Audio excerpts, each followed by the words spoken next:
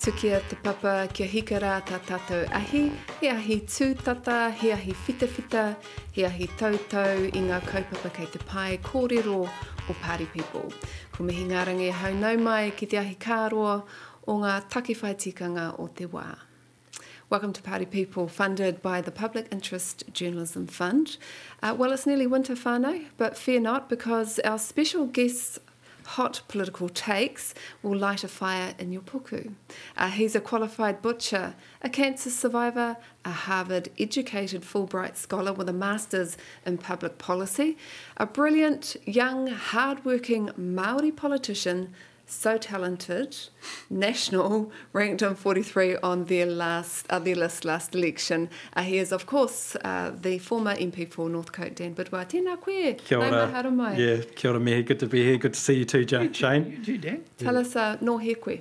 Yeah, so look, so I whakapapa to Ngāti Manipoto in the King Country area, but I've just finished a bit of a research looking at my adopted past and my biological past, and I'm originally from the north, up in a place called Kaio. Were you surprised? I was, yeah. So in the Erihi family up in Kaio, that's where I'm from. So if you're listening and you're in the Waihamana area, calling all the Erihi whānau, all the Erihi whānau, come get your politician. I'm coming up and looking forward to meeting you and to meeting you soon. Yeah. Tell us about that experience of, do you feel like you're filling in some of the jigsaw puzzle? Absolutely. It's, like whakapapa is really important identity, and for me, I've always wanted to find where my birth parents were from, and to find my birth parents. I've found them. It's not the most prettiest of stories, but that's reality. So it's contributes to who I am, but it's your story. It's exactly. So and you now add to the legacy of northern politicians. There you go. There's Exactly. Shane, kia ora, no mai, hoki mai. Have you ever worked with Dan? No, I first was aware of Dan about 10, 12 years ago. We just had a kōrero before where he won some sort of an award, and I thought he was very impressive at the time.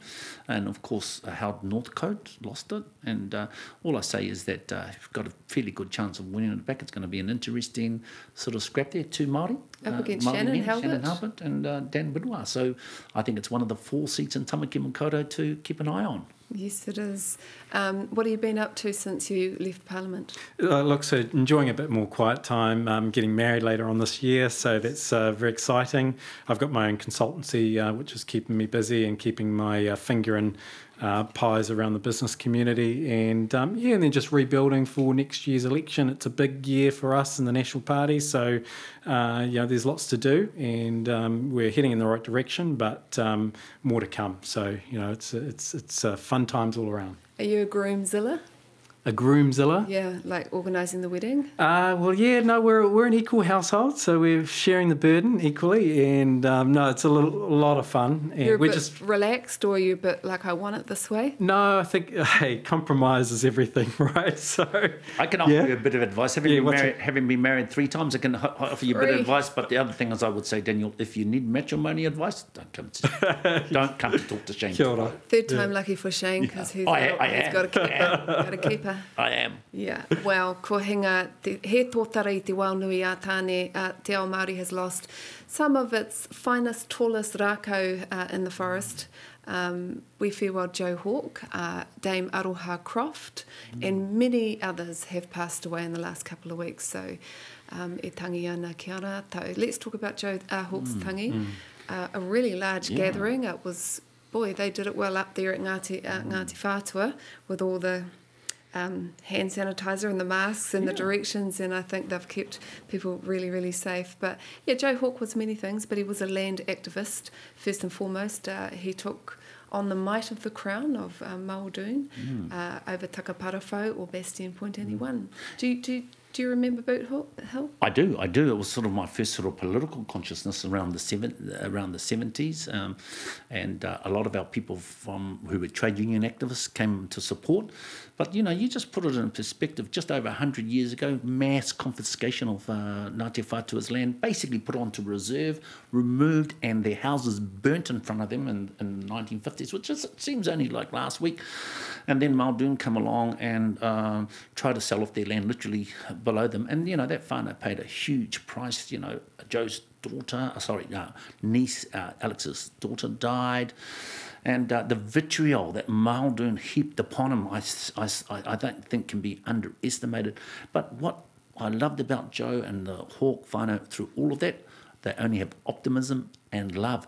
And let's just think about it for a second, folks. The first act, when they got the moment back, were to basically make them better and hand them back to the people of Tamaki Makaurau. So I reckon that if we are ever going to celebrate one of the really meaningful contributions to Tamaki Makaurau, it ought to be Joe and the Hawke whānau.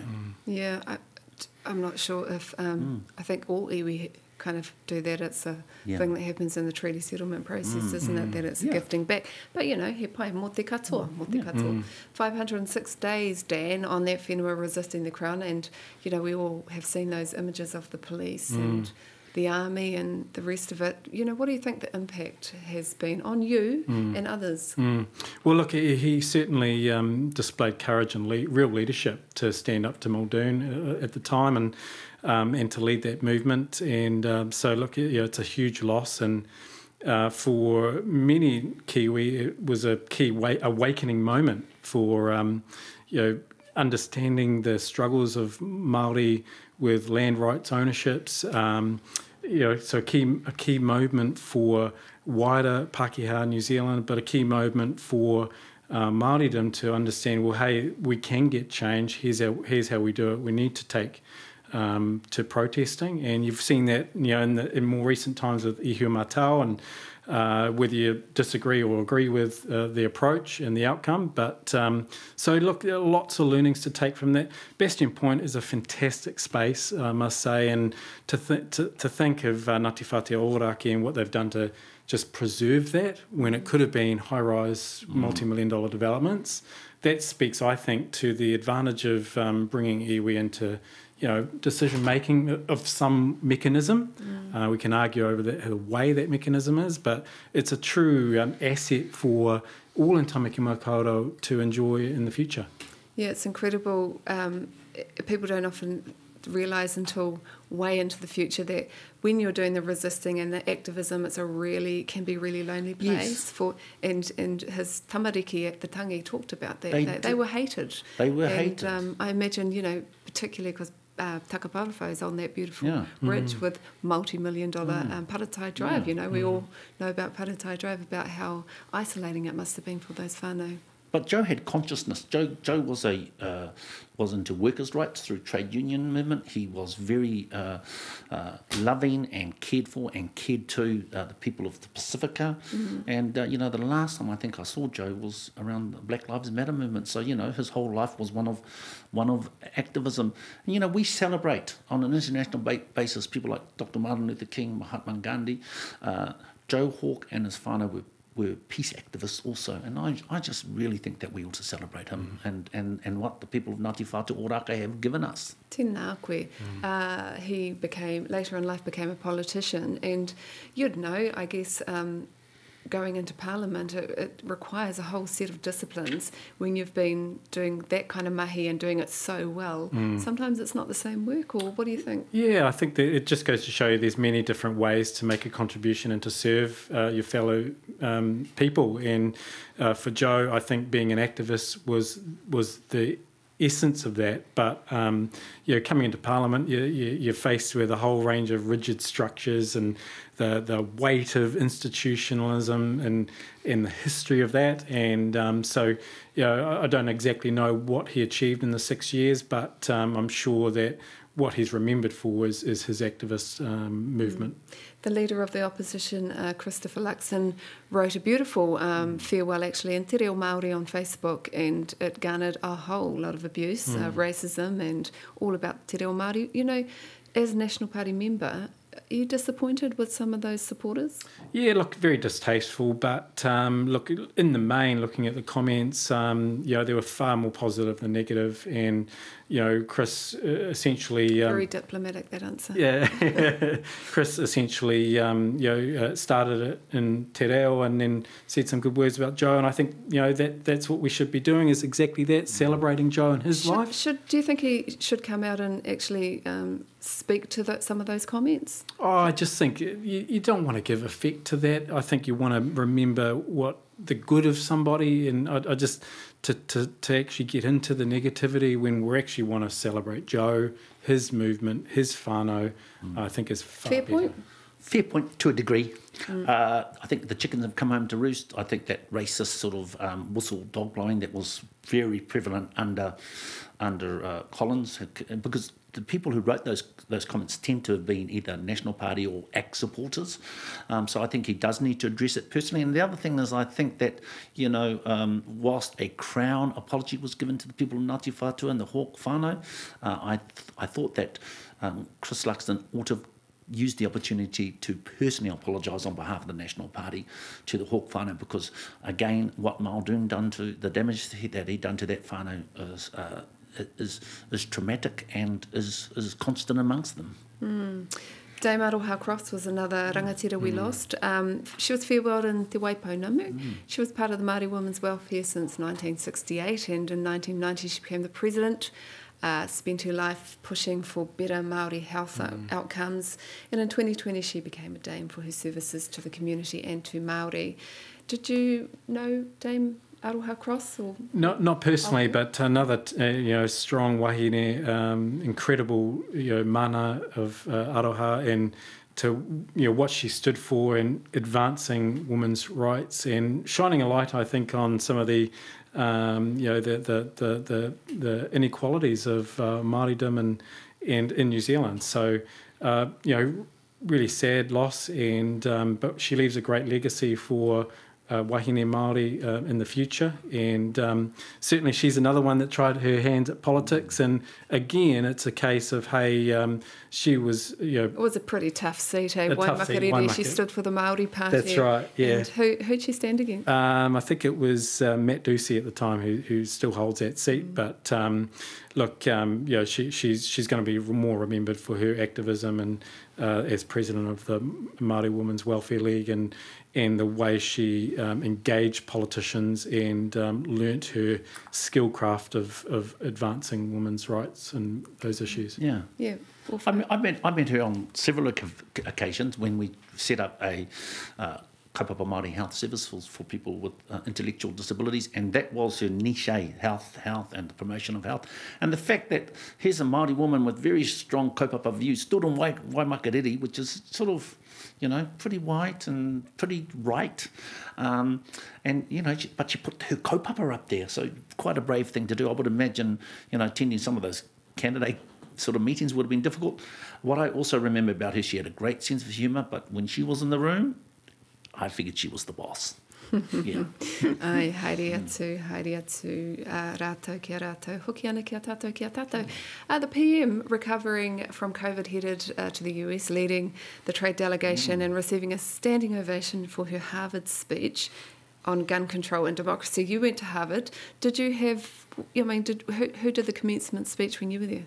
We had Oprah Winfrey when I was there, but so it's a bit of a different speaker this week. But that was pretty cool, though. It would was. have been in there when she was like owning the TV back Absolutely. Then. So, and that was about a decade ago. Actually, I had my 10-year anniversary there this year. But look, I watched her speech, just in the speech today. I thought it was good, and I think for any New Zealander across the world watching that speech, we should be proud of that. It was certainly her audience. It is a left-leaning university, and so I think she got lots of standing ovations. What happened to you? What's that? What happened to you? Oh well, no, there's the oddball out there. I think I'm an outcast in that university there, but. Look, I think it was a good speech, and we should be proud of that. There was another Prime Minister or President that spoke that week, Maya Sandu, who spoke at the Kennedy School graduation. And she spoke about the former World Bank staffer, and then became Minister of Education, and then Prime Minister.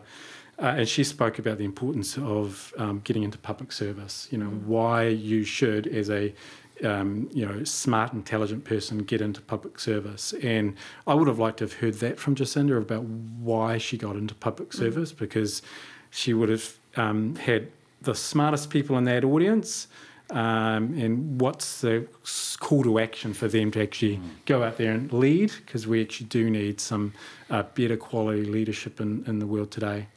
Your thoughts on her, just her trip so far? Well, she's meeting with Biden. The last time that was, I think, Key and Obama. I think it was always going to happen. There's a political alignment between Biden and Ardern, so I think that was always going to happen. I thought the speech was one for the ages, actually. I think it was perfectly timed. It wasn't sneering. She didn't say, this is where you got it wrong. She accepted that there's, in terms of where we are with guns, that there's still some work to do. But I think her holding to account the social pages and the social deliverers of sort of how we get our news and the misinformation sort of aspects, I think it was timely. Harvard is left wing, but they're currently addressing lots of issues in terms of equity and how they review their past in terms of in terms of the enslavement of their fellow citizens. You have to kind of take your hat off to her in terms of her ability, because she's a communications specialist, to marry up subjects and, the Texas shooting and talking to them about gun reform, which is a big hot topic over there. So on an international, back home, she's not receiving that kind of press, but internationally, she's getting some good stuff. Yeah, and she's always had that aura about her internationally, and that's great for a New Zealander. I've lived overseas for 7 years, and it is great to have a Prime Minister that's out there and that's respected. But when you come back home, this is where the rubber hits the road, and whether we talk climate change or child poverty or incomes. There's some real pressures out there, and I think I think the world glosses over the issues that we face. But ultimately, if she's going to get re-elected, it's going to be New Zealand public. Do you think she's had any wins on trade? Well, looking at the trip, hey, it seems like it's going really well. I think the Biden meeting will be crucial. She went to California. She struck a bit of a memorandum of cooperation there with the governor. That's all well, but I don't know. I think for New Zealand, it's good to have the Prime Minister out there re-engaging with the world, establishing relationships with and building relationships with our key ally in America. So I think that's good. But in terms of hard results, it's all these trips are very, very hard to kind of judge whether they've been a success. Well, meetings with Amazon and places like that. What do we get from it? No, I'm very excited about that. I'm in the IT space, and cloud storage is very important because it also means data sovereignty. That $7 billion investment from Amazon in IT and cloud space is going to bring lots of high level jobs here in Aotearoa, New Zealand. And I found it quite difficult to recruit, but over the last little while, we're getting more people returning home to New Zealand. People from the States wanting to live in New Zealand, largely off the back of our COVID story, actually. So, I'm optimistic about that. And $7 million worth of investment, real investment by an American company to New Zealand, shouldn't be sneered at. Okay, well, meanwhile, back home, as I was saying before, the National Party and ACT Party continue their attacks on the government. They say it's addicted to spending. So let's look at some of the wins in the budget if we can. So Māori Health nabbed $188 million over 4 years. It will go directly to the direct commissioning of services through the Māori Health Authority, Te Mana Haoro, that's what it's called, kicks off in July the 1st. And $20 million will be set aside for support iwi Māori partnership boards. It's a pretty substantial sum. The National Party has said it's not supportive of the Māori Health Authority, but direct commissioning, would you think, is similar to what you started with whānau ora? Yeah, and so whānau ora is a similar model, commissioning local organisations for Māori local Māori support. Look, that's all very well, but you don't need a separate authority to do that. You can do that within the current system. Can you though? Because can you fairly? can it be fairly judged and reviewed and things like I think if you take a step back, I mean, what do we want to do? We want to improve Māori health inequities, right? Okay, then for an example, why would we have Waipareira taking the Ministry of Health to court for Māori data? I mean, if we had a Māori Health Authority, that would just be there, wouldn't it? Or if we just had a ministry that understood, why it's important to have access to Māori data and to change the laws so that we could actually do that. So, look, I think the key thing is I sat on a Māori Affairs Select Committee where we reviewed Māori health inequities, and that report came back in 2020. One of the recommendations was this health authority, but the other recommendations are often overlooked, and I think those are the bigger ones. We talked about cancer screening, bowel screening. We talked about addressing racism in our mainstream, mainstream healthcare system. Providing actually, beefed up resourcing and education for that. Yeah. All those things need to happen regardless of whether we have a separate system or not. You could probably throw millions and millions and millions of dollars just at bowel cancer, but wouldn't it be the framework that needs to change? But the framework does need to change, and all due respect, Dan, the statistics in terms of our mortality rates, the rates of diabetes and cancer just aren't working under mainstream. And what we learned as a result of COVID, and the rollout wasn't fantastic, took a little while to get resources, but what we learned is once the resources were in our hands, we were able to deliver not only for our own Māori community, but for communities at large. And your leaders talked about bureaucracy. Well, we have 21 DHBs, we have 21 chair people, we have 21 boards. Many we have to deal with 2 or 3 boards. I think this is about decluttering the bureaucracy, and what I figure is that our people know our people best. So I'm looking forward to the chance of giving it a go. That's a good point, because the National Party does talk about the leader. I've heard him talk about it's going to add layers and layers more, actually Shane Reti bureaucracy to it. But when you consider taking I think they're going to turn 21 DHBs into something like 6 or 7, sorry, correct me if I'm wrong, wouldn't that be like actually cleaning it up? Well, we're merging all DHBs, right, into this massive bureaucusy. New Zealand, yes, and then there'll be these, I think, 4 odd regional entities. So isn't that streamlining it rather than adding more clutter? Well, no, I mean, again, it's what I come back to is what's going to make a difference to, Māori health outcomes, right? So if you can tell me... delivering services for Māori, by Māori, designed by Māori. Which we... I think National would support, right? And no one's saying, hey, we don't oppose giving local Māori groups who understand their communities far better resource so that they can. We don't. So everyone agrees with that. Yeah, but it's the mechanism. It's a mechanism, right? Yeah, you can do that within the current. We're going to go to foreign affairs because we're going to run our time other way. So Australia has a new Prime Minister, Anthony Albanese, thank you, was sworn in on Monday. He says he has a plan for the Pacific, which includes a defence training school, support for maritime security, a boost in aid and re-engaging with the region on climate change. Dan, is this in response to China's security pact with the number of island nations? Yeah, look, so, I think the rhetoric of the previous Australian government was pretty strong arms toward China. You will probably see a little bit of a difference in rhetoric, but in terms of policy direction, I think, Australia's quite clear on the threat and the concern over China. So I think with Anthony Albanese at the helm, I think there'll be lots of initiative to make sure there's beefed up presence in the Pacific. And for New Zealand, we've got to follow suit, right? So, well, what's your take? Well, we've got to be careful. I don't want an imperialistic perspective. Rangatiratanga for Samoa lays with Samoa. With Tonga, it lays with Tonga. With Solomons, it lays with Solomons. And if we think that American geocentric imperialism is any better than Chinese geocentric imperialism, we're fooling ourselves. I think what will solve these issues is a whanaungatanga approach, and that's the lens that Nanaia Mahuta has been working on. She was in the Pacific just a few weeks ago. I know Winston Peters said she hadn't been there for 18 months. That just simply isn't true. I think we've got to talk to our Pacific whanaunga as whanaunga, and I think that will work much better than this imperialistic perspective.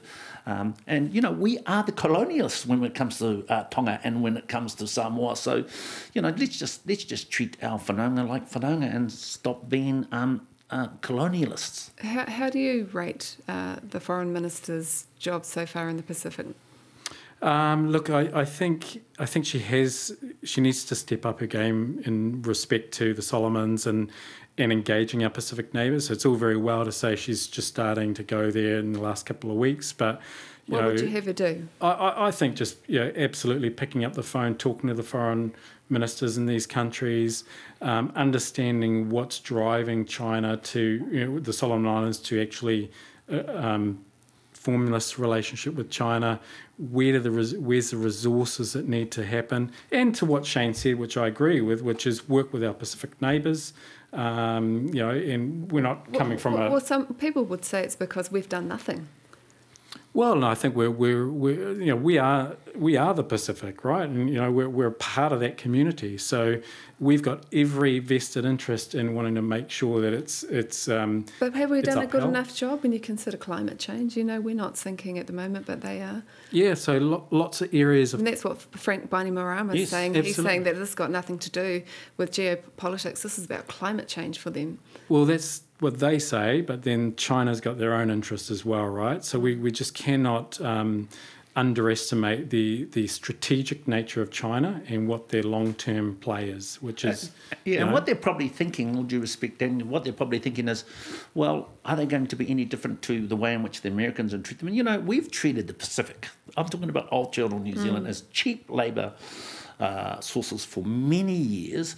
They will remember how we treated them in the 80s, which isn't that long ago. Dawn raids. The dawn raids, the economic disparity that exists, and health disparities, etc., that exist between Pacifica and the rest of Aotearoa New Zealand. So, I just don't think that sort of high, mighty, this is the way we need to do it approach.